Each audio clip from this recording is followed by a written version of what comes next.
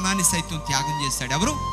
ఆంద్రేయ. ఒక్క మాట చెప్పి ముగించబోతున్నాను. ఏంటయ్యా అంటే, ఆంద్రేయ పత్రాస్ అనే నగరంలో క్రీస్తు విరోధులు ఉన్నారు. పత్రాస్ అనే నగరంలో క్రీస్తు విరోధులు ఉన్నారు. ప్రభు అంటే అస్సలు గెట్టదు. యేసు ప్రభు సువార్త అంటే అస్సలు అంగీకరించరు. అటువంటి ప్రజల మధ్య దేవుడు సువార్త చెప్పమంటే సువార్త చెప్పాడు ధైర్యంగా. ఎవరు? ఆంద్రేయ. అది చెప్పిన కొంతకాలం పాటు చెప్తూనే వచ్చాడు ఆయన. ఇక సహించలేక, ఓడ్చుకోలేక వారు ఆంద్రేయని ఎక్స్ ఆకారంలో, ఇంటూ ఆకారంలో సిలువలో ప్రియులారా సిలువేశారు. ఈ ఆకారంలో ఉన్న సిలువ, ఇంటూ ఆకారంలో సిలువ. మొదటి అపోస్తలుడు పేతురు ఎలా సిలువేయబడ్డాడు? తలకిందులుగా. రెండవ అపోస్తలుడు యాకోబు ఎలా ప్రభు కొరకు హతసాక్షి అయ్యాడు? చిరఛేదనం చేయబడి. మూడవ అపోస్తలుడు యోహాను ఎలాగూ తన జీవితం ముగించాడు?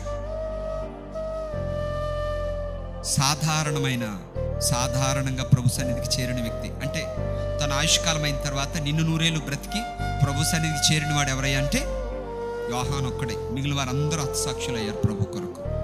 ఈయన కూడా హతసాక్షి చేద్దామని ప్రయత్నం చేశారు. దేవుని చిత్తం లేదు కనుక ఆయన నూనెలో చావలేదు, ఎలా హింసించినా చావలేదు. ఆయన బ్రతికే ఉన్నాడు. ప్రకటన గ్రంథం రాసి పరలోక రాజ్యం చేరుకున్నాడు. దేవుని స్తోత్రం కలుగును గాక. ఈ ఆంద్రేయ పత్రాస్ అనే నగరంలో వ్యతిరేకుల మధ్య సిలువేయబడి 3 దినాలు వేలాడుతూ కూడా, ఎన్ని దినాలట? 3 దినాలు వేలాడుతూ తన చుట్టూ ఉన్న ప్రజలకి సువార్త చెప్పాడట. హల్లెలూయా. ఎంత గొప్ప రోషమో చూడండి, ఎంత గొప్ప పౌరుషం, ఎంత గొప్ప ధైర్యం. ఆంద్రేయ ధైర్యం. ఒక దీనుడే ఆంద్రేయ. ప్రియులారా, ఒక మరుగ్గా ఉండేవాడే ఆంద్రేయ. అసలు సిసలైన సమయం ప్రభు కొరకు వచ్చినప్పుడు ప్రభు కొరకు ఏమయ్యాడు? నిలిచాడు. ప్రభు కొరకు నిలిచాడు. మన పరీక్షలో మనం నిలవాలి ప్రభు కొరకు. కఠినమైన సమస్యలో ప్రభు కొరకు నిలవాలి.